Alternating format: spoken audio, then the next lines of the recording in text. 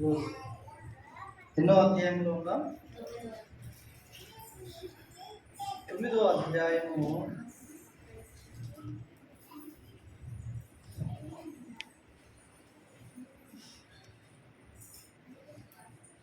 30వ వచనం వరకు మనం ధ్యానం చేసుకుందాము. 31వ వచనం నుంచి మనం దయచేసి చదువుదామండి. కావున యూదయ గలిలయ సమరయ దేశములంతటా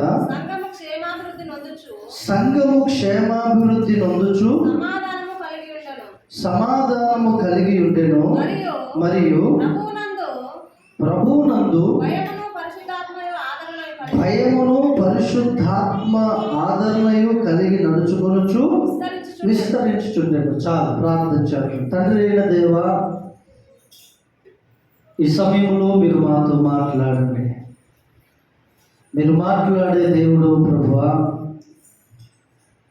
మాకేదైతే అవసరమో దానిని మీరు మాకు అందించమని యేసు నామములో ప్రార్థించుకొని ఉన్నాము తండ్రి. ఇక్కడ కావున అని ఇక్కడ దేవుడు ఇక్కడ చూడండి, కావున యూదయ గలిలయ సమరయ దేశముల యందంతటా సంఘము క్షేమాభివృద్ధి నొందుచు సమాధానము కలిగి ఉండెను. మరియు ప్రభునందు భయమును పరిశుద్ధాత్మ ఆదరణయు కలిగి నడుచుకొనుచు విస్తరించుచుండెను. అప్పటి వరకేమో సంఘము చెదిరిపోయింది. అప్పటి వరకేమో సంఘము ప్రాణాలు చేతిలో పెట్టుకొని అనేకులు దమస్కు వైపుగా యెరూషలేములో నుండి యూదయ సమరయ ఆయా ప్రాంతాల వరకు చెదిరిపోయారు, పారిపోయారు. అయితే అయినను సౌలు విడిచిపెట్టకుండా దమస్కులో ప్రయాణమై వెళ్తున్నప్పుడు ప్రభు దర్శనము సౌలునకు కలగగా అక్కడ మార్పు కలిగింది. దేవుని స్తోత్రం. ఆ దమస్కులో ఏమండి, యూదా అని వాడింట తిన్నది అనబడిన వీధిలో యూదా అని వాడి ఇంట్లో ఎప్పుడైతే అననీయ వెళ్ళి అతని కొరకు ప్రార్థన చేశారో అతడు చూపు పొంది వెంటనే వెళ్ళి అరేబియా దేశంలో, లేకపోతే అతడు యెరూషలేములో కూడా ప్రకటించాడు, దమస్కులో ప్రకటించాడు. దేవుని స్తోత్రం. దమస్కులో ప్రకటిస్తుండగా ఏమండి, అక్కడ యూదులు అతన్ని చంపాలని ప్రయత్నం చేస్తే శిష్యులు అతని గంపలో గుండా గోడ మీద నుంచి దిప్పి యెరూషలేముకు పంపిస్తే యెరూషలేములో కూడా శిష్యులు అతన్ని చేర్చుకోవడానికి భయపడ్డారు. అవునా కదా? ఇతడు మొన్నటిదాకా మనల్ని చంపాడు, సంఘాన్ని పాడు చేశాడు, ఇప్పుడేంటి యేసు ప్రభువుని నేను నమ్ముకున్నానని యాక్టింగ్ చేస్తున్నాడా ఏంటని శిష్యులు భయపడితే అప్పుడు బర్నబా చొరవ చేసుకొని, ఏమండి, బర్నబా వారి మధ్యలో సంధి కూర్చి లేదు ప్రభు మార్గంలో ఇతన్ని దర్శించాడు, మాట్లాడినాడంటే అప్పుడు శిష్యులు నమ్మి సౌలుని చేర్చుకున్నారు. దేవుని స్తోత్రం. అక్కడ కూడా యూదులు ఏమండి, యేసు ప్రభువే దేవుడని యెరూషలేములో ప్రకటిస్తుంటే యూదులు చంపాలని ప్రయత్నం చేస్తే మరలా సౌలుని కైసరుకు పంపించారు. దేవుని స్తోత్రం. ఏమండి, కైసరు నుండి 30వ వచనం, సహోదరులు దీనిని తెలుసుకొని అతన్ని కైసరునకు తోడుకొని వచ్చి తార్సునకు పంపించింది. హల్లెలూయా. ఇక్కడ వరకు ఓకే. అయితే అసలు సంఘమును పాడు చేయడానికి నడుము కట్టుకున్న వ్యక్తి సౌలు. ఎప్పుడైతే దేవుడు సౌలును పట్టుకున్నాడో, ఎప్పుడైతే దేవుడు సౌలుకి తన దర్శనాన్ని అనుగ్రహించాడో, ఇతడు హింసించడం పక్కన పెట్టాడు, సువార్త ప్రకటించడం ప్రారంభించాడు. హల్లెలూయా. ఆ సమయంలో సువార్త ప్రకటిస్తున్నటువంటి సమయంలో ఇప్పుడు 31వ వచనం చదవండి. కావున యూదయ గలిలయ సమరయ దేశములంతట సంఘము క్షేమాభివృద్ధి నొందుచు సమాధానం కలిగి ఉంది. హల్లెలూయా. క్షేమాభివృద్ధి చెందుతుంది, విస్తరిస్తుంది. ఎందుకంటే అప్పటి వరకు ప్రాణ భయముతో ఏమంటే చాటుగా ప్రార్థన చేసుకునే క్రైస్తవులు కాస్త ధైర్యంగా ప్రార్థన చేస్తున్నారు, ధైర్యముగా దేవుని స్తుతిస్తున్నారు, ధైర్యముగా సంఘ ఆరాధన నడిపిస్తున్నారు. చూపిస్తున్నారు. ఏంటండి, అంతటా కూడా సంఘం విస్తరిస్తుంది. అయితే ఇక్కడ చూడండి, మరియు ప్రభువునందు భయమును పరిశుద్ధాత్మ ఆదరణయు కలిగి నడుచుకొనుచు. చూసారండి, ఒకప్పుడు సౌలుకు భయపడి ప్రాణ భయంతో పారిపోయిన వాళ్ళు ఎప్పుడైతే దేవుడు సౌలును రక్షించాడో దేవుని యందు విశ్వాసం మరీ పెరిగింది, వారికి ప్రభువునందు భయము పెరిగింది. హల్లెలూయా. అలాగే పరిశుద్ధాత్మ ఆదరణ, ప్రైజ్ ది లార్డ్, ఇది సంఘానికి చాలా ప్రాముఖ్యం. దేవుని బిడ్డలారా, పరిశుద్ధాత్మ ఆదరణ ప్రతి ఒక్క వ్యక్తి కలిగి ఉండాలి. నువ్వు సమస్యలో ఉన్నప్పుడు, వేదనలో ఉన్నప్పుడు, బాధలో ఉన్నప్పుడు, నువ్వు ప్రార్థన చేసినప్పుడు నీకు ఆదరణ పరిశుద్ధాత్మ దేవుని యొద్ద నుంచి కలుగుద్ది. హల్లెలూయా. ఎందుకంటే ఇప్పుడు పరిశుద్ధాత్మ దేవుడే సంఘాన్ని పరిపాలిస్తున్నాడు, లేదా సంఘాన్ని క్రీస్తు కొరకు సిద్ధపరుస్తున్నాడు. ఆ క్రమంలో ఎవరికి ఏది అవసరమో పరిశుద్ధాత్మ దేవుడే సమకూరుస్తాడు. ఆదరణ అవసరమైతే ఆదరణిస్తాడు. ఏమంటే ఆత్మీయ జీవితంలో మేలు కొరకు నడిపించడం అయితే ఆ విషయంలో సహాయం చేస్తాడు. సంఘానికి ఏది అవసరమో అది పరిశుద్ధాత్మ ద్వారానే మనము పొందుకోగలం. హల్లెలూయా. అయితే ఇక్కడ పరిశుద్ధాత్మ ద్వారా ఆదరణ కలిగి నడుచుకొనుచు విస్తరించుచున్నాడు. హల్లెలూయా, హల్లెలూయా. పరిశుద్ధాత్మ ఆదరణ కలిగి విస్తరిస్తుంది.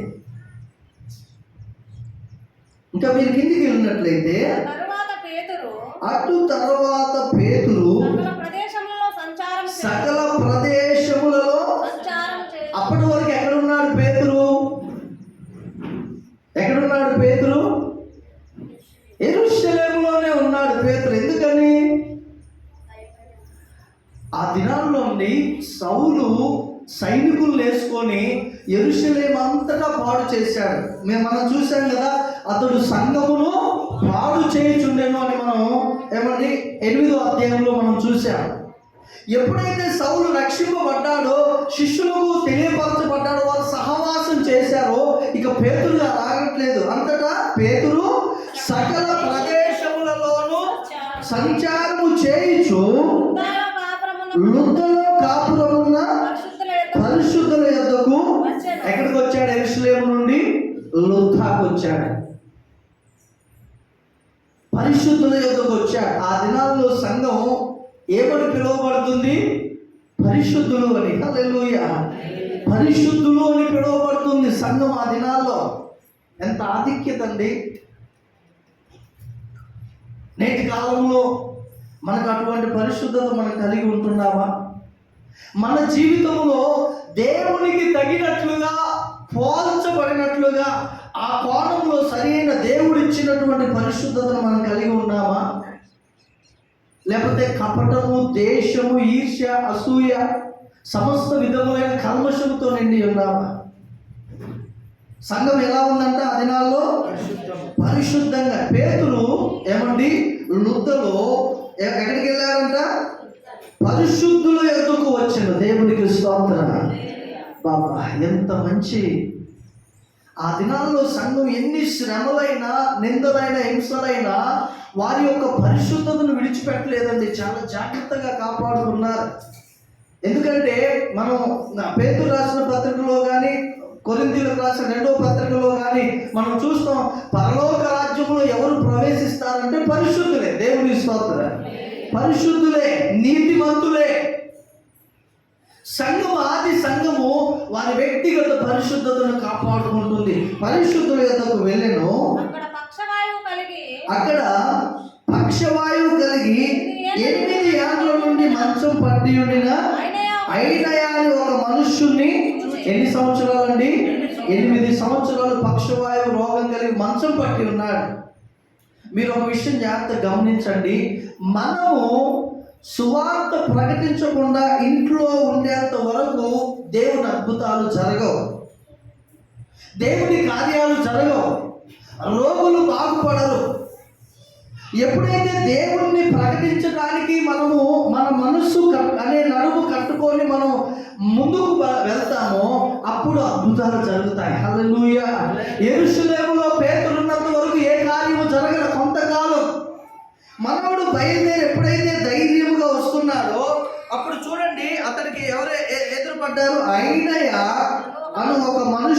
చూచి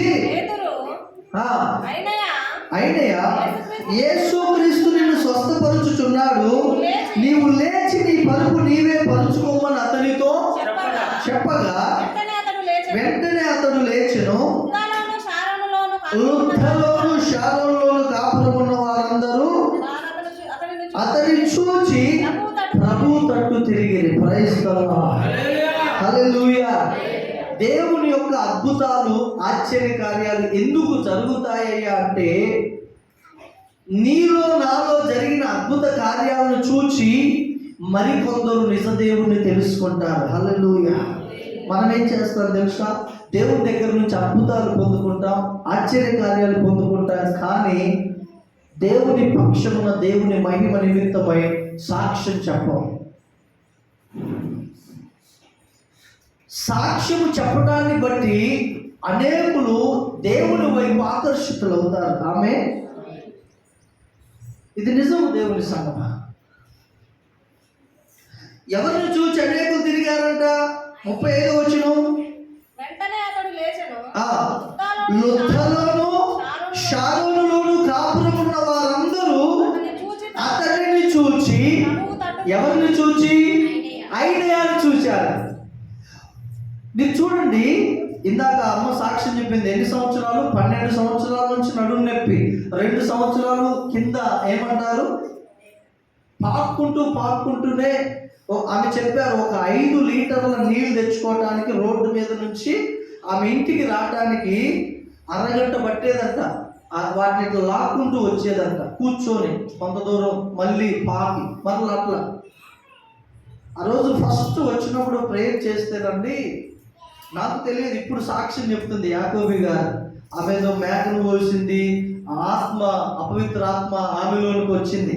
ప్రేయర్ చేస్తుంటే అప్పుడు నేను హాస్టల్ ప్రేయర్ ఉన్నా అనుకుంటా, చాలా బలంగా ఎట్లా విజృంభిస్తుంది, చాలా బలం. 3-4 పట్టుకున్నా ఆపట్లేదు ఆమె ఇట్లా వంగుకుంటే చర్చికి వచ్చింది కాబట్టి. కానీ ఆ దెయ్యం ఎప్పుడైతే ఆమెలోకి వచ్చిందో 3-4 పడుతున్నారు ఇక్కడ సంఘంలో, ఎవరు పట్టినా ఆగట్లేదు. మొత్తానికైతే ఆ దెయ్యం ప్రేయర్ చేసి వెళ్ళిపోయింది. హల్లెలూయా, హల్లెలూయా. ఆమెకి ఎవరు చెప్పారా అంటే వాళ్ళ అక్క. ఆమెకి ఏమైంది? గర్భసంచి కిందికి సారితే, యాక్చువల్గా వాళ్ళు ముస్లిమ్స్. ఆమె ఒకరోజు ప్రార్థన చర్చిలో, ఆ రోజు క్రిస్మస్ అనుకుంటా, ఎవరి దగ్గరకు వెళ్తే వాళ్ళు ఆమెని తోసివేయటానికి బట్టి అడుక్కోవటానికి వెళ్తే, ఇట్లా నా ప్రాబ్లం ఆపరేషన్ చేయించుకోవాలి 70,000 అంటే వాళ్ళు ఆమె తిట్టేసరికి వచ్చి ఏడుస్తుందంట. అప్పుడు ఆమె మనసులో ఒక ఆలోచన, యేసు ప్రభు దగ్గరికి వెళ్తే బాగైంది, కానీ ఎవరో చెప్పినట్లుగా అనిపించి ఆ తెల్లారి మధ్యాహ్నానికి వచ్చింది.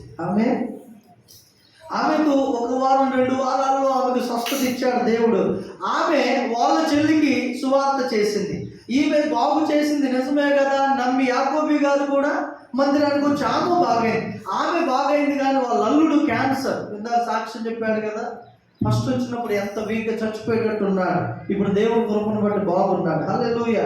ఎందుకు నేను ఈ మాటలు చెప్తున్నానంటే, మరలా 35వ వచనం చదవండి. వెంటనే అతడు లేచెను, లుద్దలోను షారోనులోను కాపురమున్న వారందరూ అతనిని చూచి ప్రభు తట్టు తిరిగి. దేవునికి స్తోత్రం. 8 సంవత్సరాల నుంచి మంచంలో ఉన్న వ్యక్తిని లుద్దా ప్రజలు చూశారు, షారోనులో ఉన్న ప్రజలు. ఎప్పుడైతే పేతురు అయినయా యేసుక్రీస్తు నామములో నీ పరుపు నీవే పరుచుకో అనగానే అతడు లేచి పరుపు. ఎక్కడ నుండి వచ్చింది శక్తి అంటే దైవజనులో నుంచి కాదు, పాస్టర్లో నుంచి కాదు. ఎక్కడి నుంచి వచ్చింది? యేసుక్రీస్తు నామములో నుండి వచ్చిన శక్తి ఆ వ్యక్తిని లేవనెత్తింది. హల్లెలూయా. అతడు ఆ కార్యము లేచి పరుపు పరుచుకోగానే 2 ఊర్ల ప్రజలు చూచి యేసు ప్రభువుని నమ్ముకున్నారు. హల్లెలూయా. సంగమా, నీ ద్వారా చేసిన మేలు ఏదైతే, నీకు దేవుడు ఏ మేలైతే చేశాడో అది నీవు ఇతరులకు చెప్పటమే నిజమైన సాక్ష్యం. దేవుని పక్షాన నువ్వు సాక్షిగా ఉండటం. ఆమె హల్లెలూయా. నాకు బాగైంది, నా కోరిక దేవుడు తీర్చాడు, నా ఆశ దేవుడు తీర్చాడు అని దేవుని స్తుతించుకుంటూ అలాగే ఉన్నామనుకో, నీ ద్వారా ఒక్కరు కూడా దేవుని ఎద్దుకు రా. నువ్వు చేయవలసింది ఏంటో నిజముగా దేవుని మేలు, దేవుని యొక్క ఆశీర్వాదం, స్వస్థత పొందిన నీవు నీ సాక్ష్యాన్ని లోకంలో ప్రకటించి ఆ సాక్ష్యము ద్వారా నిన్ను రక్షించిన, నిన్ను స్వస్థపరిచిన, నిన్ను ఆశీర్వదించిన దేవునిని వారికి నువ్వు పరిచయం చేయాలి. దేవుని స్తోత్రం. అందరూ రక్షింపబడ్డారు, అందరూ యేసు ప్రభు దగ్గరకు వచ్చారు. అయితే పేతురు చూడండి 36వ వచనం, మరియు యొప్పేలో తబితా అను ఒక శిష్యురాలు ఉండెను.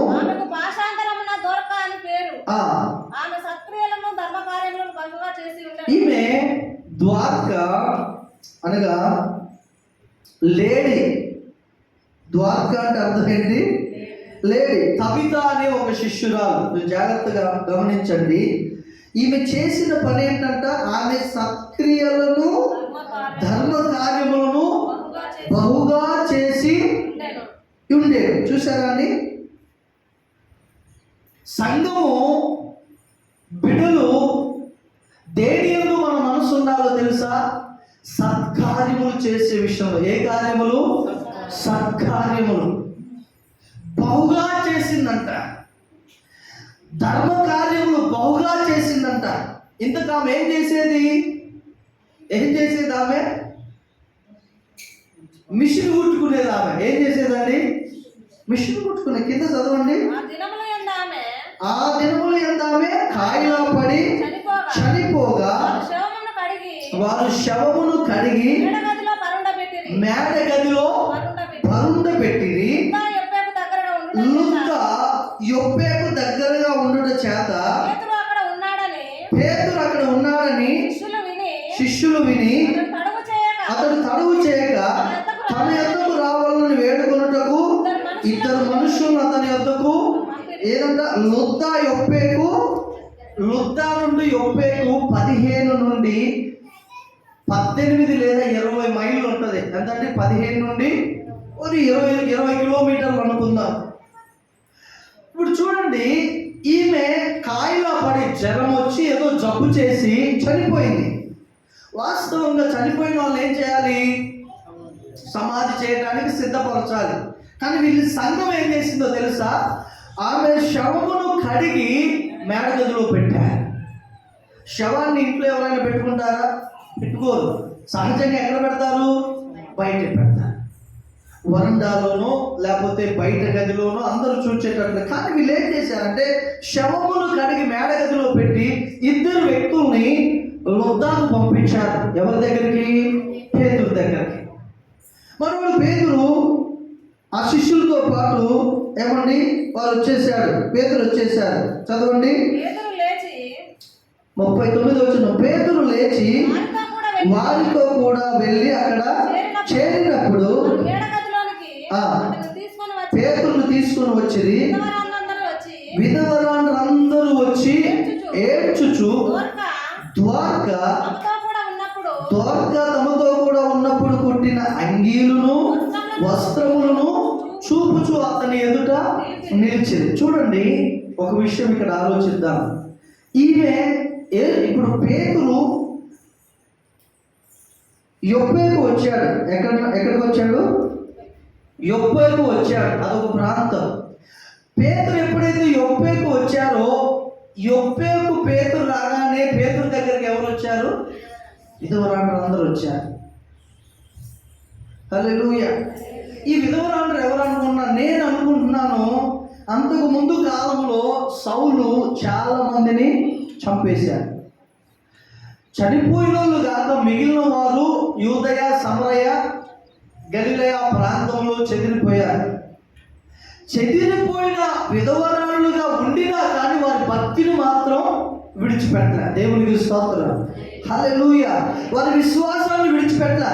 ఈ ఊరు కాకపోతే మరొక ఊరు వెళ్తున్నారు, కానీ ఏ ఊరిలో వెళ్ళినా కానీ యేసు ప్రభువే దేవుడని విశ్వాసంతో బ్రతుకుతున్నారు. హల్లెలూయా. విధవరాండ్రందరూ వచ్చారు. వచ్చి ఏమండి ద్వారక తమతో కూడా ఉన్నప్పుడు కుట్టిన అంగీలును వస్త్రములను చూపుచు అతని ఎదుట చాలా మంది విధవరాలు నిలిచారు. సంఘ బిడ్డలు పరిశుద్ధులందరూ నిలిచారు. 40వ వచనం వస్తే పేతురు ఆ, అందరినీ వెలుపలికి పంపి అందరినీ బయటికి పంపించేసి మోకాళ్ళలోని ప్రార్థన చేసి మోకాల్లోని ప్రార్థన చేసి శవము వైపు తిరిగి శవము వైపు తిరిగి తబిత లెమ్మనగా ఆ, ఆమె కన్నులు తెరిచి ఆ, పేతురును చూచి ఆ, లేచి కూర్చుంది. లేచి కూర్చుండి. హల్లెలూయా. దేవుడు ఎంత శక్తిమంతుడండి. ఊరికనే ఏమన్నాడండి, మోకరించి తబిత లెమ్మనగానే లేచింది. 2008లో అనుకుంటా ఇక్కడ ఎదర రమణమ్మ అని ఒక ఆమె సహోదరి. అప్పుడు నేను కొత్తగా యేసుప్రభుని అనుకున్నాను. అప్పుడు ఫోన్ చేశారు, పాస్టర్ గారు అర్జెంటుగా రండి అంటే నాకు అప్పుడు చిన్న వయసు 14-15 సంవత్సరాలు ఉండొచ్చు బహుశా. రమ్మనగానే నేను ఇంకొక 2 చిన్నపిల్లలు తీసుకున్నప్పుడు మా టీం ఉండేది. ప్రతిరోజు అండి లోక గారింట్లో 1 గంట ప్రార్థన చేసేవాళ్ళం. 7 గంటల నుంచి 8, ఒక్కో రోజు 9, 10 కూడా అయ్యేది. ప్రార్థన చేయటం, ఆరాధించటం, ప్రార్థన చేయటం, ఆరాధించటం. మా చిన్న టీం ఉండేది. హల్లెలూయా. రమణగానే వచ్చారు. రాగానే ఆమెను మంచంలో పడుకోబెట్టారు. రమణ ఆమె పేరు. ఆమెకి అప్పుడు 35 సంవత్సరాలు ఉండొచ్చు. 90% చచ్చిపోయిందండి. పిలుస్తే పలకట్ల ఏమంటారు, అలా కళ్ళు కూడా మూసింది, శరీరం అంతా చల్లబడిపోయింది. ఏడుస్తున్నారు వాళ్ళు. పిలిస్తే పలకట్లేదు.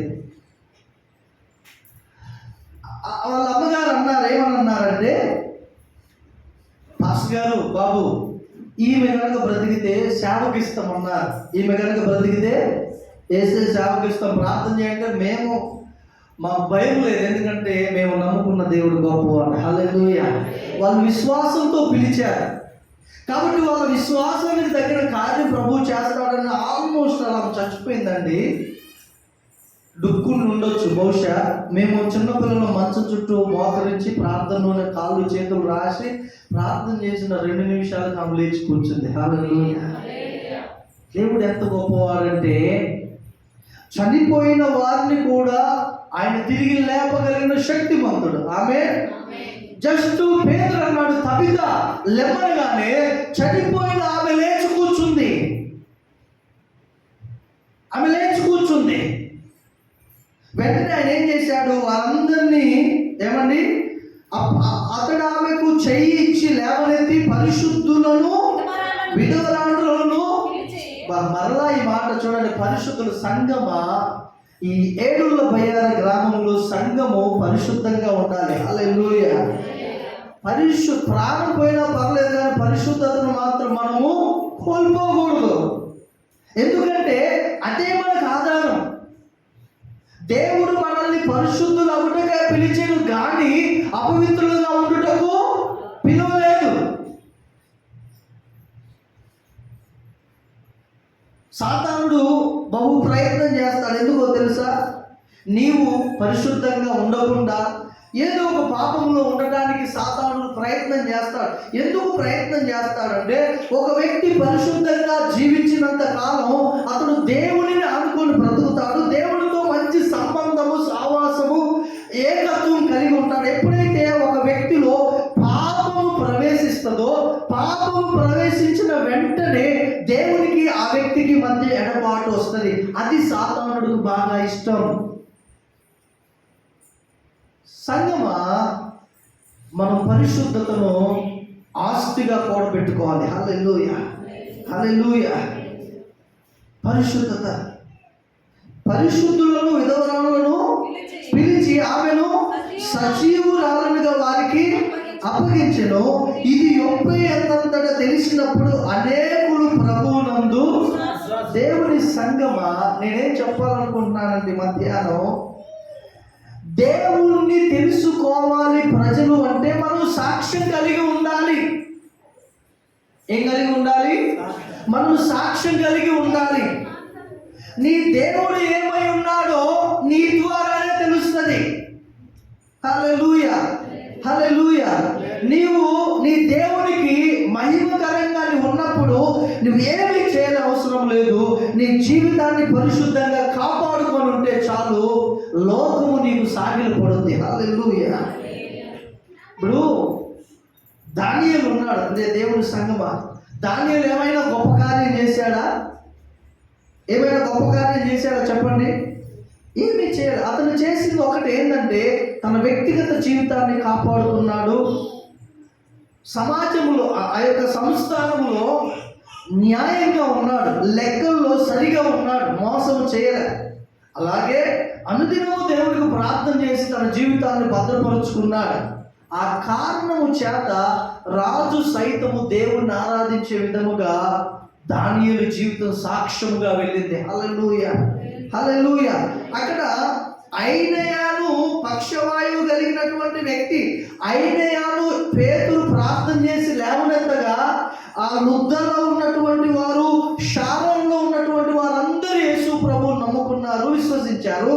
ఇక్కడ తబిత ద్వారకాలు, చచ్చిపోయిన ద్వారకాలు తబితాను లేపటాన్ని బట్టి అది చూడండి, యొప్పే అంతటా తెలిసినప్పుడు అనేకులు ప్రభు యందు.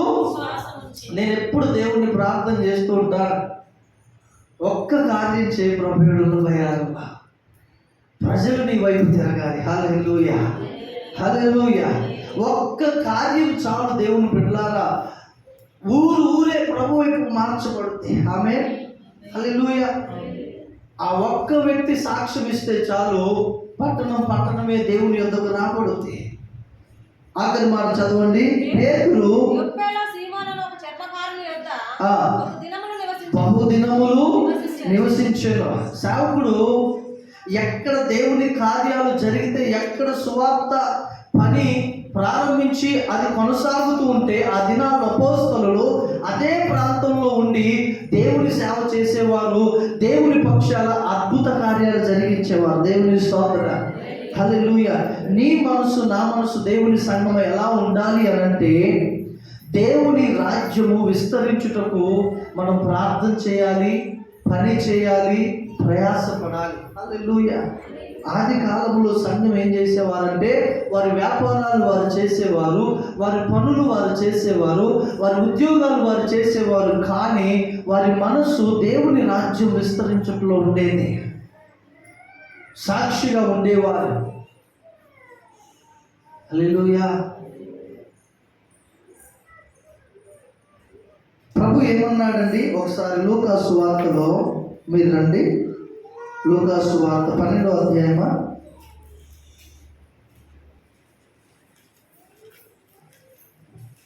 పది మంది కుష్ఠరోగులు బాగైనది. ఒకసారి ఆ మాట తీయండి సంగమా.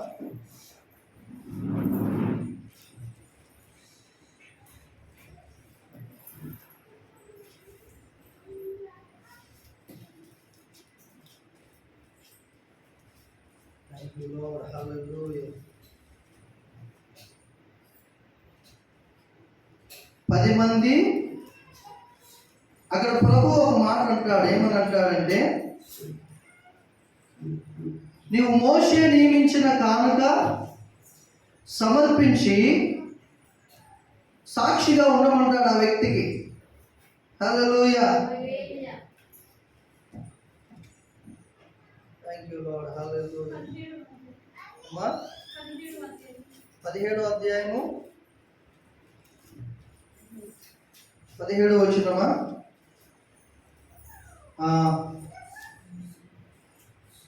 15వ వచనం చదవండి. 13వ వచనం నుంచి, యేసు ప్రభువా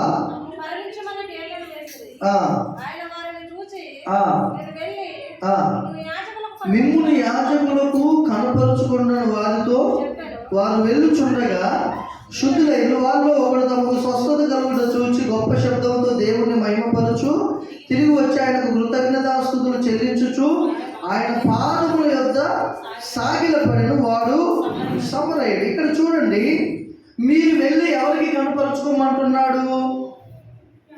యాజకులకు కనపరుచుకోమన్నాడు. ఎందుకు యేసు ప్రభు 10 మంది కుష్ఠరోగులను యాజకులకు కనపరుచుకోమంటున్నాడంటే, ఆ దినాల్లో వాళ్ళు యేసు ప్రభు నమ్మట్లేదు. ఇప్పుడు వాస్తవంగా రూల్ ప్రకారము కుష్ఠరోగులు ఊరు వెలుపలుంటారు. ఊరు వెలుపలున్న కుష్ఠరోగులు వాళ్ళ కుష్ఠు పోయిందంటే, కుష్ఠు ఉన్నది పోయింది అనేది డిక్లేర్ చేసేది యాజకులే. హల్లెలూయా, హల్లెలూయా. లేవియ కాలం ప్రకారం ప్రకారం. యాజకులే కాబట్టి వీరేం చేశారు తెలుసా? యేసు ప్రభు 10 మంది కుష్ఠరోగులు వెళ్ళి మీరు యాజకులను కనపరుచుకోండి అంటే వీరు వెళ్తూ వెళ్తూ ఉండగానే మధ్యలోనే వారి శరీరం బాగైంది. ప్రభు ఉద్దేశం, ఒకవేళ యాజకులకు కనపరిస్తే వాళ్ళు ఖచ్చితంగా అడుగుతారు, మీకు ఇది ఎలా జరిగిందంటే, ఇదిగో ప్రభు దగ్గరికి వెళ్తే ఇలాగ చెప్పాడు.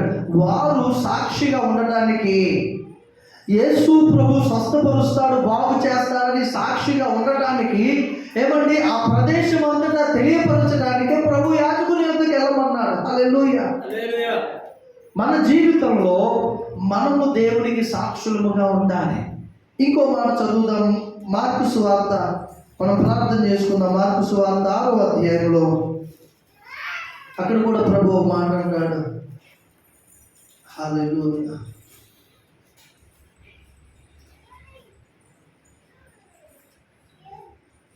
పంతొమ్మిదో వచనం, 5వ అధ్యాయం, మార్కు సువార్త 5వ అధ్యాయం 19వ వచనం. ఆయన ఎందుకు సెలవు వేయలేదు? ఎక్కడ 18వ వచనం చదువునా. ఆయన దోణి ఎక్కినప్పుడు దయ్యములు పట్టినవాడు ఆయన యొద్ద తన్నుండనిమ్మని ఆయనను బతిమాలు కొనెను, కానీ ఆయన వానికి సెలవీయక, నీవు నీ ఇంటి వారి యొద్దకు వెళ్ళి ప్రభువు నీ యందు కనికరపడి నీవు చేసిన కార్యములన్నిటినీ వారికి తెలియచెప్పుమనెను. చూసారండి, అవునా కాదా?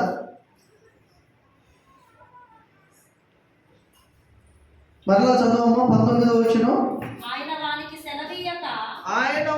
సెలవీయక నీవు నీ ఇంటి వారి యొద్దకు వెళ్ళి ప్రభువు నీ యందు కనికరపడి నీకు చేసిన కార్యములన్నిటినీ వారికి తెలియజెప్పుమనెను. చూసారండి, తెలియజెప్పుమనెను. దేవునికి స్తోత్రం. హల్లెలూయా. వెంటనే వాడు ఏం చేశాడు తెలుసా? దెక్కపొలిలోకి వెళ్ళి, ఎక్కడైతే తన ఊరిలో అనేక సంవత్సరాలండి దెయ్యం పట్టి, అనేక దెయ్యాలు పట్టి, ఇంట్లో వాడిని సంఖ్యలతోనైనా బంధించడం అసాధ్యం, ఊరంతా తెలుసు. ఎప్పుడైతే వీడు బట్టలు కట్టుకొని ఊరిలోకి వెళ్ళి దెక్కపొలిలో ఉన్నాడో అందరూ యేసు ప్రభువుని నమ్ముకున్నారు. హల్లెలూయా. ఆయన ఒక పాస్టర్ గారు అయిపోయారు. తర్వాత యేసు ప్రభు తిరుగు ప్రయాణంలో వచ్చినప్పుడు అండి, ఆయన వస్తున్నాడని తెలిసి చాలా మంది మళ్ళా యేసు ప్రభు దగ్గరకు వచ్చారు. ఏ వ్యక్తులైతే యేసు ప్రభుని మా ప్రాంతంతో రావద్దు వెళ్ళిపోండి అన్నారో, ఈ వ్యక్తి చెప్పిన సాక్ష్యాన్ని బట్టి ఊరంతా నమ్ముకొని మరలా యేసు ప్రభు దగ్గరకు వచ్చి యేసు ప్రభుని మహిమపరిచారు. హల్లెలూయా. ఈ మధ్యాహ్న కాల సమయంలో ప్రియ దేవుని సంగమా, మనం సాక్షిగా ఉంటున్నామా దేవుని కొరకు? ప్రభు చేసిన మేలును గూర్చి ఒక్క వ్యక్తికే నువ్వు చెప్తున్నావా? దేవుడు నీ జీవితంలో చేసిన కార్యమే, ఆయన ఏదైతే అద్భుతం చేశాడో, నీ జీవితంలో ఏ విధమైన సంతోషం, ఆనందం ఇప్పుడు నువ్వు అనుభవిస్తున్నావో ప్రభువుని కలిగినాక, అదే నువ్వు ఇతరులకు చెప్పడాన్ని బట్టి వారిని, ఒక వ్యక్తిని నువ్వు నరకము నుండి తప్పించిన వ్యక్తి అవుతావు. హల్లెలూయా. ప్రభు ఈ కొద్ది మాటలు మన వినికిల్లో దీవించును గాక. అందరు కళ్ళు మూసుకొని ప్రార్థన చేద్దాం. ప్రియదేవుని సంగమా, hallelujah, hallelujah. Thank you Lord, thank you Lord, thank you lord.